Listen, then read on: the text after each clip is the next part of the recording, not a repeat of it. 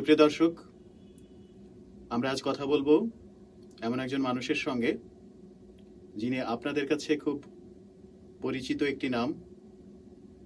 হয়তো চেহারায় পরিচিত নয় ততটা যতটা ক্যামেরার সামনের মানুষকে আপনারা পরিচিত মনে করেন, কিন্তু ক্যামেরার পেছনে দাঁড়িয়ে যে মানুষগুলো কারিগর হিসেবে ক্যামেরার সামনের মানুষগুলোকে তৈরি করেন, তাদেরই বাংলাদেশে অত্যন্ত একটি গুরুত্বপূর্ণ নাম এসএ হক অলিক। অলিক ভাই, আপনাকে আমাদের স্টুডিওতে স্বাগত। কেমন আছেন? আলহামদুলিল্লাহ, অনেক ভালো। আমরা সরাসরি কথায় যাই। আপনি খুব বেশি পরিচিত আমাদের টেলিভিশন মিডিয়াতে, ফিল্ম করেছেন বেশ কয়েকটি। টেলিভিশন মিডিয়ার সবচেয়ে গুরুত্বপূর্ণ সংগঠন ডিরেক্টরস গিল্ডের সদ্য বিদায়ী সাধারণ সম্পাদক আপনি।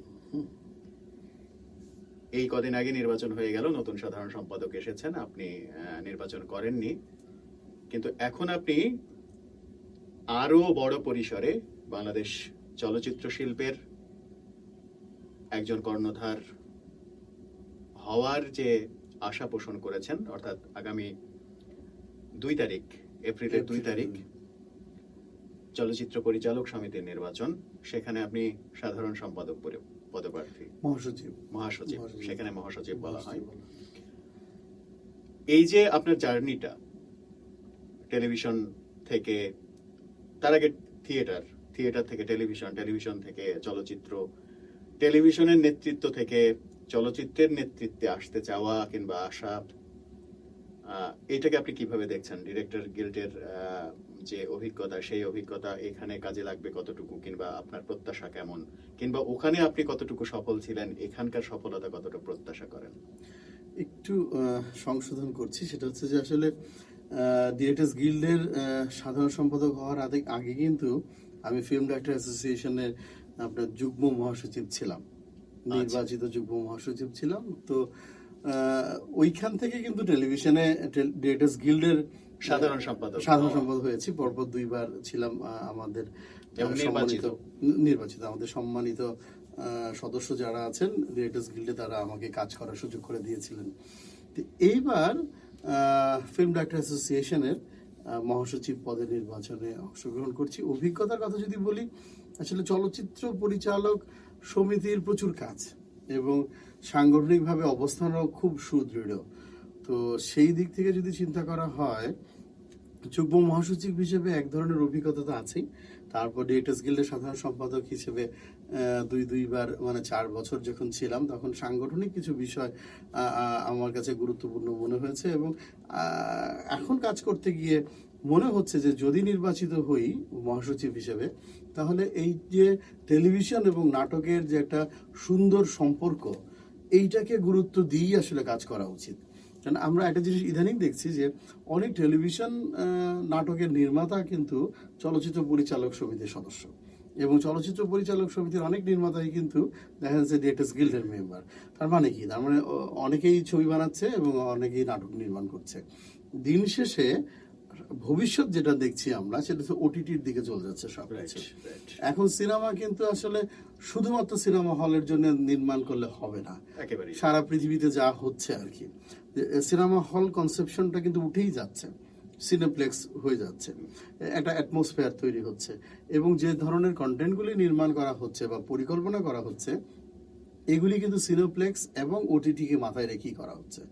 দর্শক কিন্তু এখন আর ওই নির্দিষ্ট সময় হলে বসে ছবিটা দেখার জন্য প্রস্তুত না। কারণ হচ্ছে তার জীবন এখন, আগে যেরকম ছিল 9টা 5টা অফিস, তারপর যা খুশি তাই, কিন্তু এখন কিন্তু তা না। 9টা 5টা অফিস, তারপর সবাই কিন্তু প্ল্যান করছে যে বাড়তি আরেকটা কোনো কাজ করা যায় কিনা। যখন আমি ফ্রি থাকছি, যখন আমার তো বিনোদন প্রয়োজন মনে করছি, তখন কিন্তু আমরা অনলাইনে ঢুকে, ওটিটিতে ঢুকে সারা পৃথিবীর ছবি দেখছি। সো এই যে একটা সম্ভাবনা তৈরি হচ্ছে, তো সেই সম্ভাবনাকে কাজে লাগাতে হবে আসলে ফিল্ম ডাইরেক্টর অ্যাসোসিয়েশনের কার্যনির্বাহী পরিষদ যারা নির্বাচিত হবেন, এবং প্রতিটি নির্মাতা। কারণ হচ্ছে যে আমার সুন্দর একটা ভবিষ্যৎ, যেখানে সেই ভবিষ্যৎটা যত বেশি সুন্দর করে সাজাতে পারবো একজন নির্মাতা হিসেবে, তো তত বেশি উজ্জ্বল হবে আগামী। তো সেই জন্যই কার্যনির্বাহী পরিষদে যারা নেতৃত্বে আসবেন তাদের অনেক কাজ, অনেক অনেক গুরুত্বপূর্ণ দায়িত্ব আছে। কিন্তু মানে এখানে আমার একটা কথা, সেটা হচ্ছে নেতৃত্ব কিংবা নেতা হওয়া কিংবা দায়িত্বে যাওয়া, এই বিষয়গুলো এতকাল ধরে কি একটা শুধুই একটা ফর্মালিটি কিংবা শুধুই একটা সময় পার করা, এই বিষয়গুলো পরিলক্ষিত হয়নি? কারণ হচ্ছে যে সিনেমা নিয়ে কিংবা নাটক নিয়ে কিংবা বিভিন্ন সংগঠন নিয়ে আমরা কিন্তু বিস্তর অভিযোগ, ক্ষোভ, হতাশা, এইগুলোর কথা শুনতে পাই। সেইগুলো নিয়ে আপনার ভাবনা কি? মানে একেবারে নাম সর্বস্ব বিষয় হয়ে যাচ্ছে কিনা সংগঠন? না, প্রথম কথা হচ্ছে যে আসলে নেতা হওয়ার জন্য নির্বাচন করছি না, একজন কর্মী হওয়ার জন্যই। আপনাকে বলছি না, মানে সংগঠনের আমি ওটাই ক্লিয়ার করছি যে আমার যেটা ভাবনা, যে একজন কর্মী হিসেবে কাজ করতেছে, যেটা দীর্ঘদিন ধরে করেছে। তো এইখানে সবাই তো কর্মী, মাঝখান থেকে কিছু দায়িত্ব নেয়া, যে যিনি দায়িত্বটা নেবেন এবং দায়িত্বটা পালন করবেন। তো ডিরেক্টরস গিল্ডের গত 2 বছর আমরা চেষ্টা করেছি কার্যনির্বাহী পরিষদের সবাই যে দায়িত্ব নিয়ে কাজ করতে। সেই ক্ষেত্রে সরকারের সাথে একটা সুসম্পর্ক তৈরি হয়েছে ডিরেক্টরস গিল্ডের। তারপর দেখা যাচ্ছে যে আমাদের অন্যান্য সংগঠন যারা ছিল, আন্তঃসংগঠনের সাথে আমরা যে কাজ করেছি, সেখানেও দেখা যাচ্ছে একটা সুসম্পর্ক তৈরি হচ্ছে। সুন্দর সম্পর্ক ছাড়া কিন্তু কিছু হয় না। চলচ্চিত্র এখন তাই। আজকে মাননীয় প্রধানমন্ত্রী 1,000 কোটি টাকা স্যাংশন করেছেন সিনেমা শিল্পকে মানে বাঁচিয়ে রাখবার বা ফিরিয়ে আনার লক্ষ্যে, হল রেনোভেশন করার জন্য। এই যে 1,000 কোটি টাকা কিভাবে ডিস্ট্রিবিউট হবে, কিভাবে কাজ করবে, কিভাবে এটাকে দিয়ে হলগুলি রেনোভেশন করে একটা সুন্দর পরিবেশ তৈরি করবে সিনেমা দেখার জন্য, সেটার দায়িত্ব কিন্তু কোনো অংশে পরিচালক সমিতি যে যারা থাকবেন তাদের না, কিন্তু তা না, তাদেরও বড় দায়িত্ব আছে যে এটার মধ্যে একটা ভূমিকা রাখা। অবশ্যই পরিচালক ক্যাপ্টেন অফ দ্য শিপ। হ্যাঁ, এবং আপনি বিভিন্ন দিনে বিভিন্ন সংগঠনের নেতৃত্বে যারা ছিলেন তাদের সম্বন্ধে যে কথাটা বললেন, আমি একটু দ্বিমত করি। আমরা দেখেছি যে ফিল্ম ডাক্তার অ্যাসোসিয়েশনের বিগত দিনে যারা নেতৃত্বে ছিলেন তারা কিন্তু কাজ করার চেষ্টা করেছেন এবং সংগঠনকে একটা সুন্দর জায়গায় নেয়ার চেষ্টা করেছেন। কিন্তু দুর্ভাগ্য আমাদের যে চলচ্চিত্রটাই কিন্তু আমাদের শেষ হয়ে যাচ্ছে। তো এটা কিন্তু সামগ্রিক সমস্যা। শুধুমাত্র একটি সংগঠনের নেতৃত্বে থাকা বা সংগঠনগুলি নেতৃত্বে যারা আছেন তারাই যে পরিবর্তন করতে পারবেন তা কিন্তু না। ধরেন একজন একটা কার্যনির্বাহী পরিষদের সিদ্ধান্ত নিল, সেই সিদ্ধান্তটা এক্সিকিউশন করার জন্য কিন্তু সাধারণ সদস্যদের ভূমিকা খুব বেশি গুরুত্বপূর্ণ। সাধারণ সদস্য যদি না বোঝেন যে আমার করণীয় কি, তাহলে কিন্তু এক্সিকিউটিভ বডি কিছুই করতে পারবে না। কারণ এক্সিকিউটিভ বডি তো এই সকলের কাজের মানে প্রয়োজনীয়তাকে ওইখানে হয়তো কি বলে এক্সিকিউশন করবে, হ্যাঁ, তারা হয়তো রাইট, মানে কিছু প্ল্যান করবে যে 2 বছরের জন্য নির্বাচিত হচ্ছি, কিছু প্ল্যানিং করবে। সেই প্ল্যানিং করার ক্ষেত্রে কিভাবে একটা সুন্দর সুষ্ঠু পরিবেশে সিনেমা নির্মাণ করা যায়, সেই প্ল্যানিংটা কিন্তু তারা করবে, পরিবেশটা তৈরি করবে, কাউকে কাজও কিন্তু এনে দিতে পারবে না। এবং সিনেমা হল রেনোভেশন থেকে শুরু করে দর্শককে হলের মধ্যে ঢোকানোর দায়িত্ব কিন্তু পরিচালক সমিতির না। পরিচালক সমিতির দায়িত্ব হচ্ছে যে সরকারের সাথে সুন্দর সম্পর্ক রেখে সুন্দর একটি চলচ্চিত্র নির্মাণ করার জন্য যে একজন নির্মাতাকে পরিবেশ তৈরি করে দেয়া, এবং অন্যান্য যে সংগঠনগুলি আছে যারা সদস্য আছেন চলচ্চিত্রের সাথে সম্পৃক্ত, তাদের মধ্যে একটা সুসম্পর্ক রাখা। কারণ আমরা জানি বা আমরা কিন্তু বলি যে আমাদের সেকেন্ড হোম হচ্ছে বা দ্বিতীয় পরিবার হচ্ছে কিন্তু আমাদের কাজের ক্ষেত্র, যেটা চলচ্চিত্র। বাড়িতে যতটুকু সময় আমাদের পরিবারের সাথে সময় কাটে তার বেশি কাটাই কিন্তু ইউনিটের সাথে। সো এইটা যত বেশি সুন্দর থাকবে তত বেশি আমরা সুন্দর থাকবো, আমাদের মস্তিষ্ক সুন্দর থাকবে, আমাদের হৃদয়টা সুন্দর থাকবে। কিন্তু এখানে সরকারের সঙ্গে সুসম্পর্কের কথা বলছেন, সেই প্রসঙ্গে আসার আগে একটা কথা বলছে যে সরকার 1,000 কোটি টাকার যে বাজেটের সম্ভাবনা ঘোষণা করেছেন, আমরা এই সরকারের কাছে, আমরা যারা শিল্পকর্মী, আমরা যারা শিল্প মাধ্যমে কাজ করি, তাদের প্রত্যাশা অনেক। কারণ হচ্ছে যে নৈতিক অবস্থান এই সরকারের কিংবা এই সরকারি দলের, স্বাধীনতার পক্ষের শক্তি, মুক্তিযুদ্ধের পক্ষের শক্তি, মুক্তিযুদ্ধে নেতৃত্ব দেওয়া, বঙ্গবন্ধু, ৭১, ৭২-এর সংবিধান, অসাম্প্রদায়িক যে নৈতিক অবস্থান, সবকিছু মিলিয়ে এই সরকারের কাছে আমাদের প্রত্যাশা অনেক বেশি।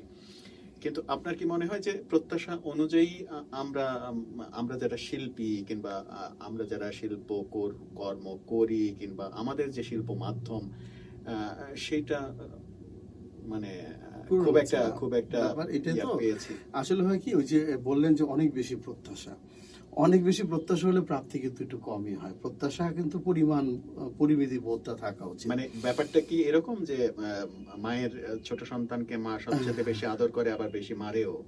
সেটা তো স্বাভাবিক। আর হচ্ছে যে আমাদের মাননীয় প্রধানমন্ত্রী তো আসলে চলচ্চিত্র বান্ধব, এবং চলচ্চিত্রের মানুষ এবং এই ইন্ডাস্ট্রির যারাই সঙ্গীতের কথা বলেন বা টেলিভিশনের কথা বলেন বা ফিল্মের কথা বলেন, যার যেখানে যে প্রবলেমগুলি হয়েছেন বা যে ধরনের সহযোগিতা প্রয়োজন করেছেন।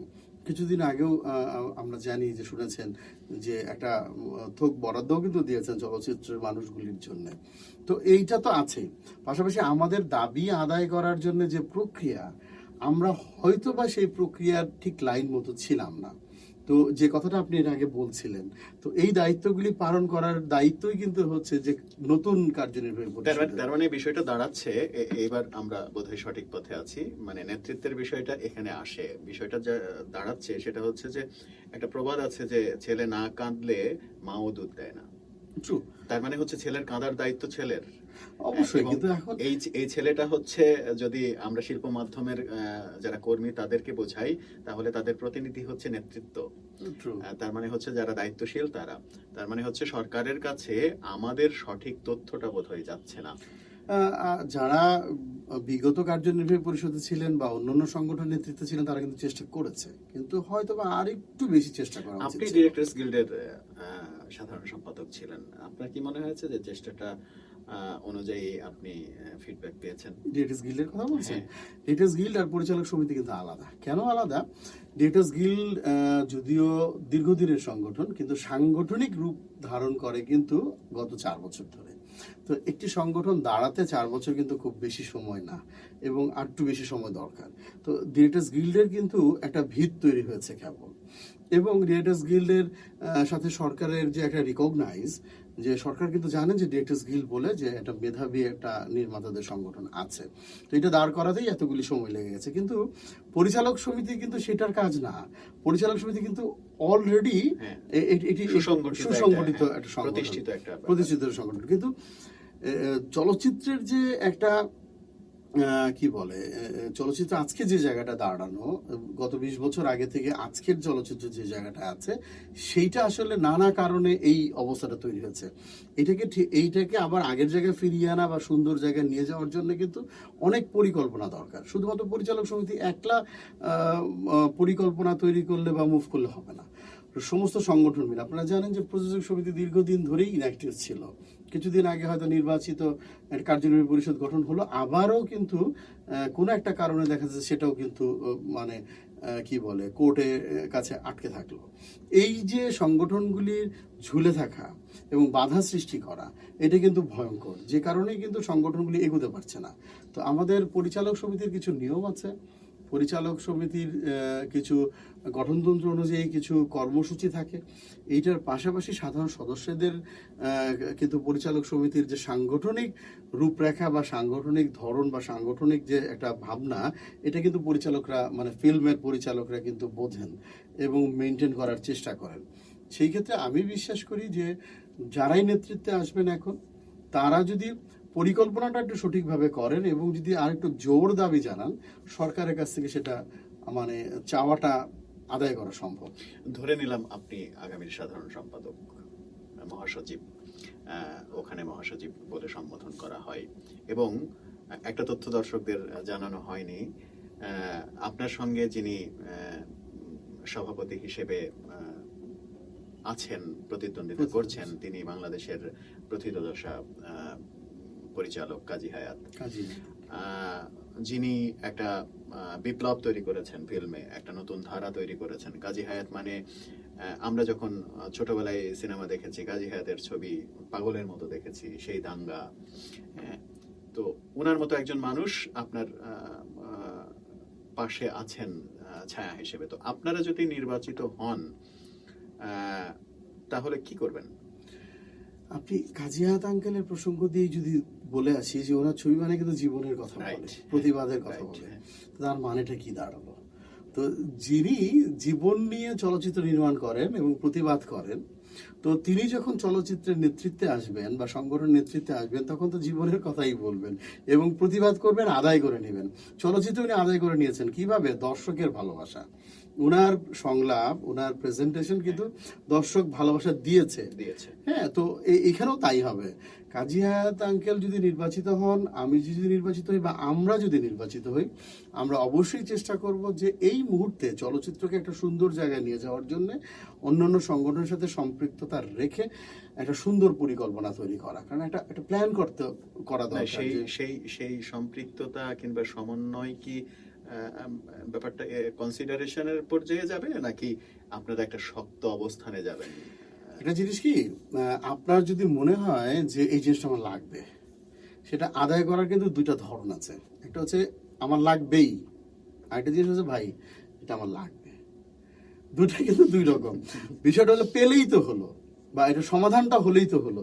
কিছু জিনিস শক্ত হয়ে কৌশলী হতে চান, ডেফিনেটলি কোনো কিছুই কৌশলী না হয়ে করাটা ঠিক না। একটা জিনিস হচ্ছে যে বিপ্লবী হতে ভয় পান। দুটোই না, আমি কিন্তু বললাম যে দুটো জিনিস, দুটো উপায় আছে। যেখানে প্রতিবাদ দরকার সেখানে প্রতিবাদ, যেখানে আদর দরকার সেখানে আদর।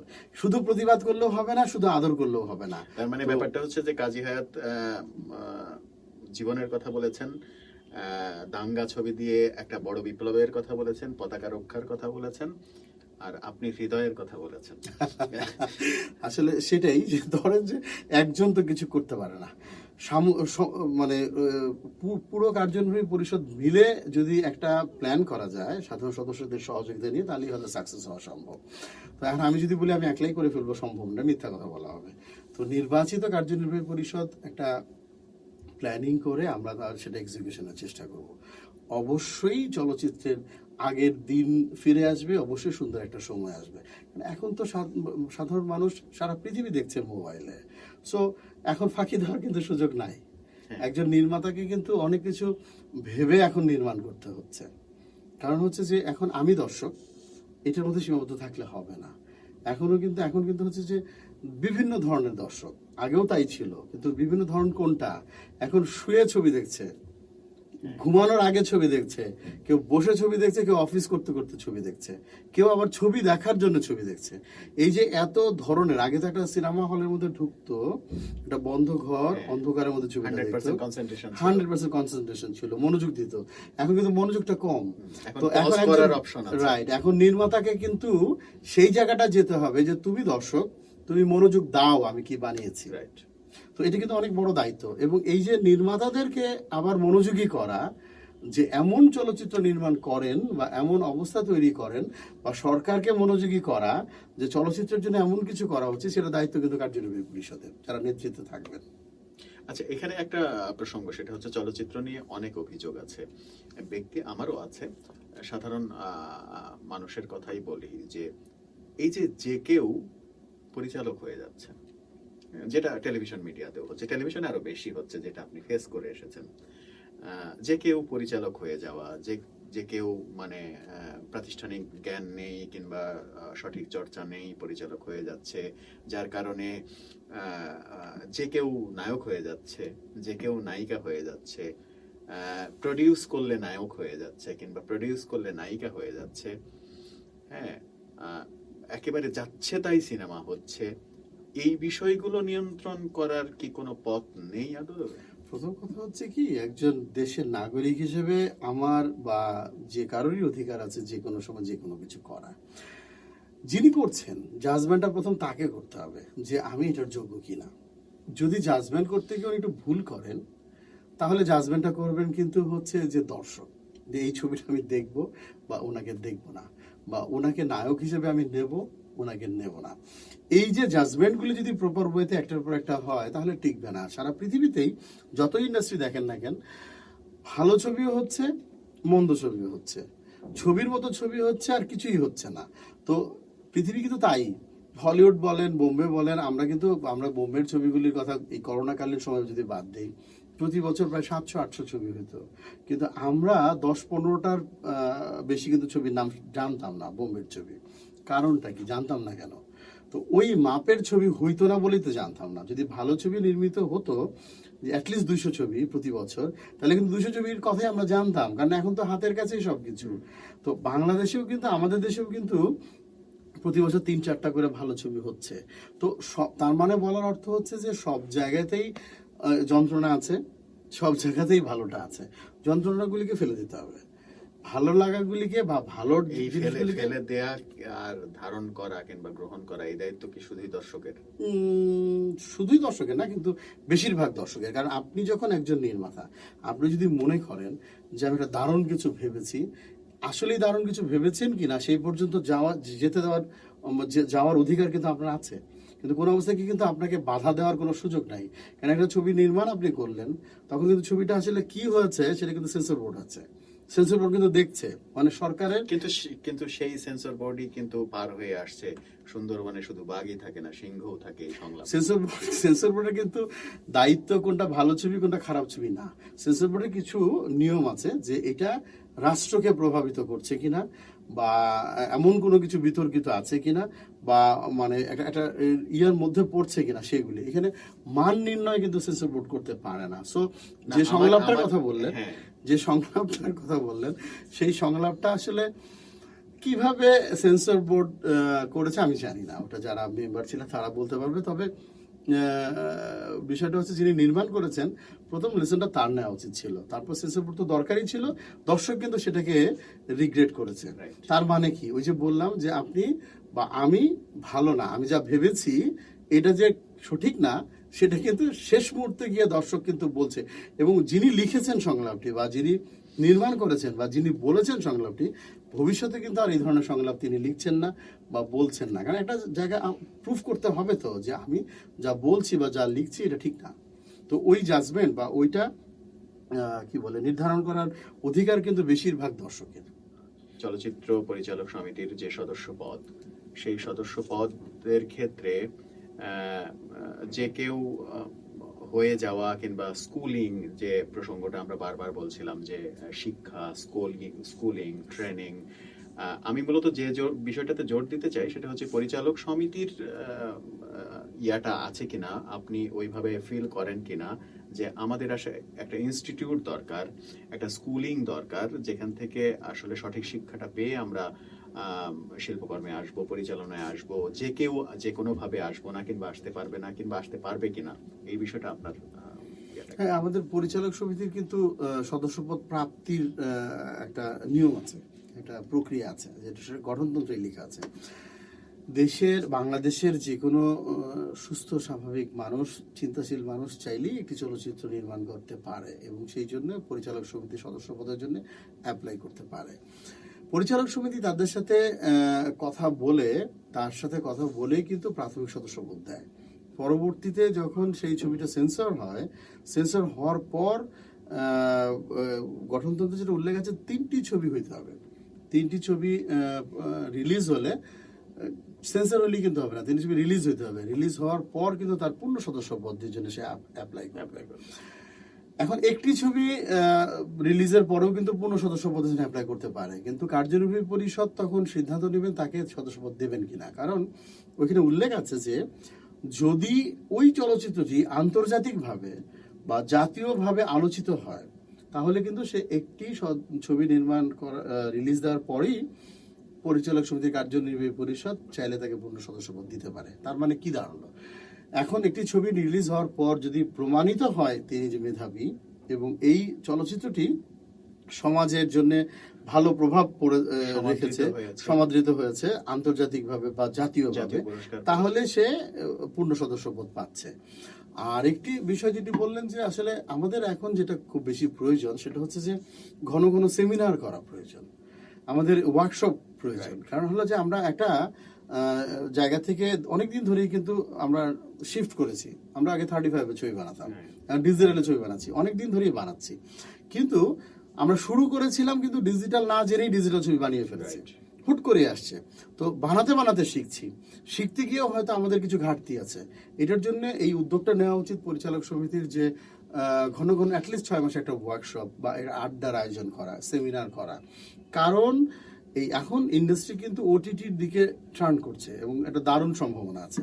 তো এইটাকে কিভাবে সুন্দর ভাবে নিজেকে ওইখানে উপস্থাপন করা সম্ভব এবং এই সুফলটা ভোগ করা সম্ভব একজন নির্মাতা হিসেবে, সেইটার একটা দায়িত্ব থাকে কার্যনির্বাহী পরিষদের। এবং আমাদের মানে আমরা যেটা ভাবছি বা ভেবেছি এবং ডিসিশনটা এটা যে আমরা নির্বাচিত হলে অ্যাটলিস্ট 6 মাসে একটা ওয়ার্কশপ বা একটা সেমিনারের আয়োজন করবো, যাতে করে আমাদের জানা উচিত যে সারা পৃথিবী কিভাবে চলচ্চিত্র নিয়ে ভাবছে, কিভাবে চলচ্চিত্রটাকে দেখছে।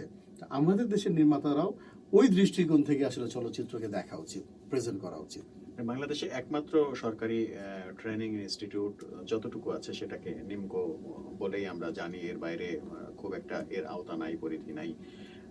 সরকারিভাবে একটা বড় উদ্যোগের ব্যবস্থা নেয়ার জন্য আপনাদের একটা মুভমেন্ট থাকবে কিনা, যে আপনাদের এই 2 বছরে যদি নির্বাচিত হয়, এই 2 বছরের মধ্যে অন্তত বাংলাদেশে একটা সরকারিভাবে একটা মানসম্পন্ন ফিল্ম ইনস্টিটিউট তৈরি হবে, যেখান থেকে আগামীর ভালো ভালো পরিচালক। সেটা তো একটা প্রস্তাবনা থাকবে সরকারের কাছে, কিন্তু এক্সিকিউশন করতে একটু হয়তো সময় লাগবে, বাট এরকম একটা সুনির্দিষ্ট প্রস্তাবনা থাকবে। ইদানিং কিন্তু আমরা অনেক প্রাইভেট ইউনিভার্সিটি এবং অনেক ইউনিভার্সিটিতেও কিন্তু এটা পড়াশোনা হচ্ছে, সেটা কিন্তু গুড সাইন, যেটা ছিল না 10 বছর আগেও ছিল না। সো হচ্ছে কিন্তু, এবং হবেও কিন্তু। তো এইগুলি আমাদের একটা প্রস্তাবনা থাকে, পাবলিক ভার্সিটিতেও শুরু হয়েছে। সো এখন কিন্তু যারা চলচ্চিত্র নির্মাণ করার জন্য আসছে তারা কিন্তু ওইখান থেকে বের হয়ে আসছে। সো একটা পজিটিভ সম্ভাবনা কিন্তু আছে। আপনি প্রথমে থিয়েটার কর্মী, তারপরে নির্মাতা, আপনি অভিনেতা, আপনি অসাধারণ গীতিকার, আপনার অনেকগুলো জনপ্রিয় গান আছে। সম্প্রতি ছোট্ট সোনা, লক্ষ্মী সোনা, আদর করে দিচ্ছি তোকে, লক্ষ্মী সোনা মানুষের মুখে মুখে হয়েছে, প্রচারিত হয়েছে, মানুষ মুখে মুখে গায় এবং মানুষ ফিল করে তার শিশুকে নিয়ে করার। আপনি বাংলাদেশের চলচ্চিত্র নিয়ে আপনার হৃদয়ের কথা, খুবই সমাদৃত একটা ছবি, যে 3-4টা ছবি বানিয়েছেন, প্রেমের ছবি সবগুলোই। আপনার স্বপ্নটা কি? একজন সাধারণ সম্পাদক তো একটা সাংগঠনিক ব্যাপার, একজন এসে হকলিক ফিল্ম নিয়ে কি স্বপ্ন দেখেন? প্রথম কথা যদি বলি যে আমি একজন, যেটা বলেছেন থিয়েটার ওয়ার্কার, আমার একটা স্বপ্নই ছিল প্রথম যে আমি অভিনয় করব, সেই জন্য আসলে থিয়েটারে আসা। তারপর টেলিভিশনে এসে আসলে নির্মাতাই হয়ে যায়। পরবর্তীতে চলচ্চিত্র নির্মাণ, আমার ওস্তাদ আমজাদ হোসেন, উনি পুরোপুরি চলচ্চিত্রের মানুষ ছিলেন এবং ওনার মতো গুণী মানুষ আমাদের দেশে খুবই কম আসবেন কি জানি না। তো চলচ্চিত্র নিয়ে যেটা ভাবনা, আমার কাছে যেটা একটাই স্বপ্ন, সেটা হচ্ছে যে নির্মাতা হিসেবে এমন একটি চলচ্চিত্র নির্মাণ করা যে সারা জীবন আমি থাকবো না, আমি চলে যাওয়ার পর যেন আমি বেঁচে থাকি সাধারণ মানুষের কাছে। তো সেইটা কবে হবে, কিভাবে হবে জানি না। তো চলচ্চিত্র নির্মাণ করেই চলচ্চিত্র নির্মাণ করতে চাই, মানে চলচ্চিত্রের মতো চলচ্চিত্র নির্মাণ করতে চাই।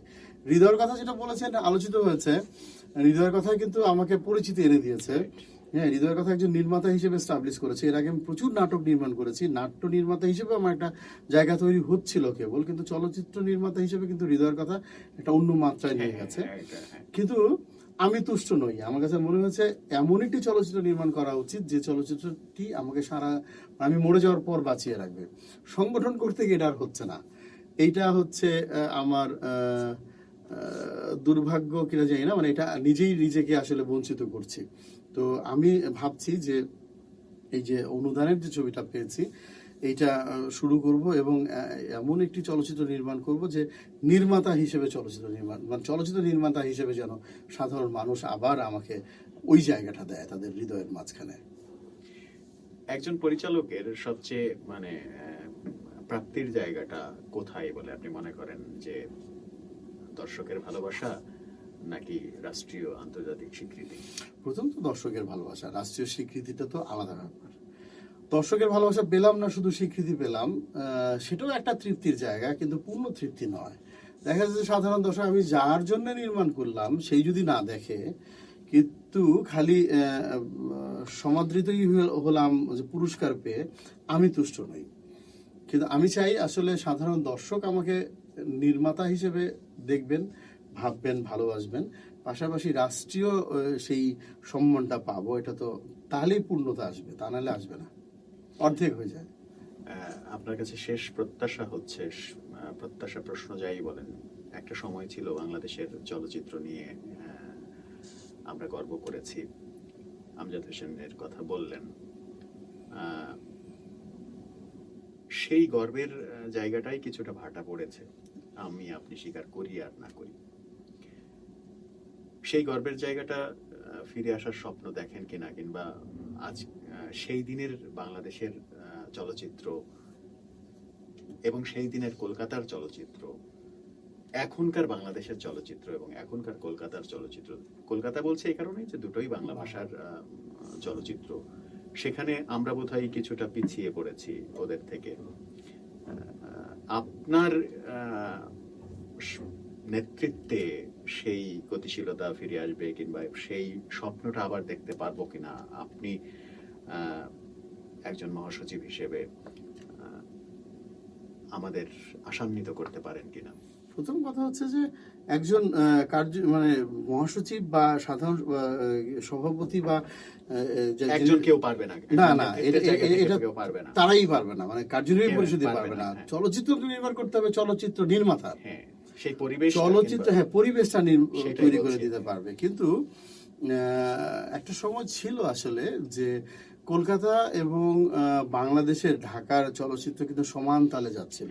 সেই খানাদা, জহির রায়হান, নারায়ণ ঘোষ, মিতা, আমজাদ হোসেন থেকে শুরু করে সুভাষ দত্ত, তাদের ছবি আবার কলকাতার ছবি একইভাবে যাচ্ছিল। একটা সময় এসে কলকাতা পিছিয়ে গেল, তখন আমাদের নির্মাতাই কিন্তু কলকাতাতে গিয়ে ওই কলকাতা ইন্ডাস্ট্রি হাল ধরলেন এবং আমাদের ছবিগুলি কপিরাইট নির্মাণ করলেন।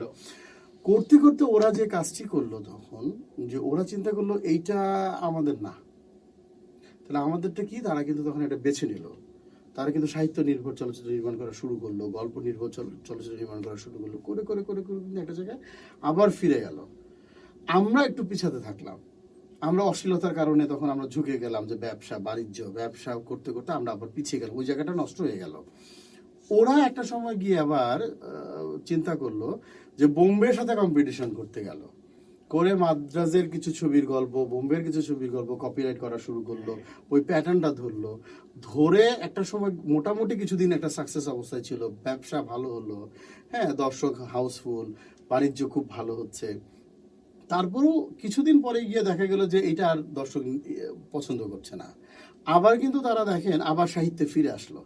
আজকে যে গত 2 বছর 3 বছর ধরে কলকাতার যে ছবির গল্প যদি দেখেন, যে ধরনের বিষয় নিয়ে তারা ছবি নির্মাণ করছে, এটা কিন্তু দারুণ একটা ব্যাপার।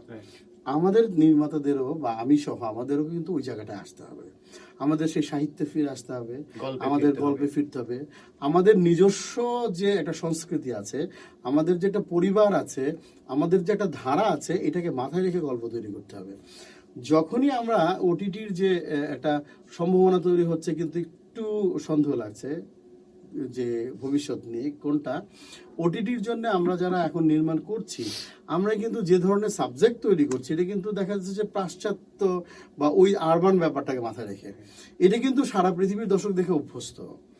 আমরা যদি আমাদের জীবনটাকে ওটিটিতে নিয়ে আসি, আমরা যদি আমাদের সাহিত্যকে ওটিটিতে নিয়ে আসি, আমরা যদি আমাদের দেশটাকে ওটিটিতে নিয়ে আসি, তাহলে কিন্তু সারা পৃথিবীর মানুষের কাছে নতুন কিছু মনে হবে। তো যখনই নতুন কিছু মনে হবে, তখনই কিন্তু সেটা দর্শক সমাদৃত হবে। সো এখন আসলে আমাদের এই জায়গাটায় আসতে হবে যে আমাদের গল্পের বিষয়বস্তু কি হবে। তো এই বিষয়বস্তু ভাববার জন্য, যেটা আমি কিছুক্ষণ আগে বলেছিলাম, যে আমরা নির্বাচিত হলে এটার জন্য আলোচনা দরকার, সেমিনার দরকার, ওয়ার্কশপ দরকার। সেটার আয়োজন আমরা অবশ্যই করব, কারণ হচ্ছে এখন এইটা যদি আমরা প্ল্যান করতে না পারি, তাহলে চলচ্চিত্র আর ঘুরে দাঁড়াবে না, যে এখন আমার গল্প কোনটা, আমার গল্পটা আমি পৃথিবীকে দেখাবো। আমরা আপনার এবং কাজী হায়াতের সাফল্য কামনা করি। আপনি পরীক্ষিত, নেতৃত্বে পরীক্ষিত, সদ্য একটা কোর্স শেষ করেছেন ডিরেক্টরস গিল্ডের, 4 বছর সময় পার করেছেন।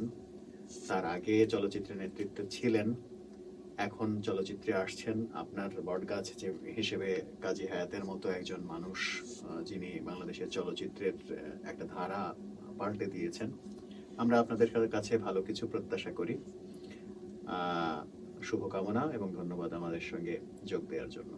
আপনাকেও ধন্যবাদ যে আমাকে ডাকার জন্য, আর দর্শকদের উদ্দেশ্যে বলা যে অবশ্যই বাংলাদেশের বাংলা ছবি দেখবেন, বাংলাদেশের বাংলা নাটক দেখবেন, বাংলা গান শুনবেন, তারপর গালি দেন, অসুবিধা নেই, বাট শুনে দেখে তারপর দেন, তাহলেই আমরা নতুন কিছু আপনাদেরকে উপহার দিতে পারবো। তবে দর্শকদের পক্ষ থেকে আমাদেরও প্রত্যাশা আপনারা ভালো কিছু দেন। তা তো অবশ্যই, এখানে ভালো তো ছাড়া কোনো উপায় নাই, এখানে ভালো কন্টেন্ট দরকার, ভালো দর্শকও ভালো দরকার। দর্শক দরকার। তো যদি ভালো দর্শক না থাকে তাহলে ভালো কন্টেন্ট এটা ভালো না ভালো না মূল্যায়ন করতে পারবে না। চলুন তাহলে আমরা একসঙ্গে দুটো কাজ করার চেষ্টা করি, ভালো দর্শক এবং ভালো নির্মাতা, ভালো গল্প, ভালো কিছু, ভালো বাংলা চলচ্চিত্র, ভালো বাংলা নাটক, এবং আমরা বাংলায় বাঁচতে চাই। স্বাধীনতার সুবর্ণ জয়ন্তীর বছরে আমরা 50 বছর পার করলাম। এখন আমরা বাংলাদেশটাকে, বাংলাদেশের শিল্প সংস্কৃতি, বাংলাদেশের চলচ্চিত্রকে একটা অন্য মাত্রায় দেখতে চাই, এই প্রত্যাশা দর্শকের। তবে এসএ হক অলিকের যে প্রত্যাশা, ভালো দর্শক হোক, আপনাদের কাছে সেই বিনয়ী প্রত্যাশা রেখে ভালো বাংলার, ভালো বাঙালির ভালো দর্শক আমরা হব, নিশ্চয়ই হতে পারবো, ওনাকে আমরা হতাশ করব না। আপনাদের সবাইকে শুভকামনা জানিয়ে আজকের মতো শেষ করছি। ধন্যবাদ।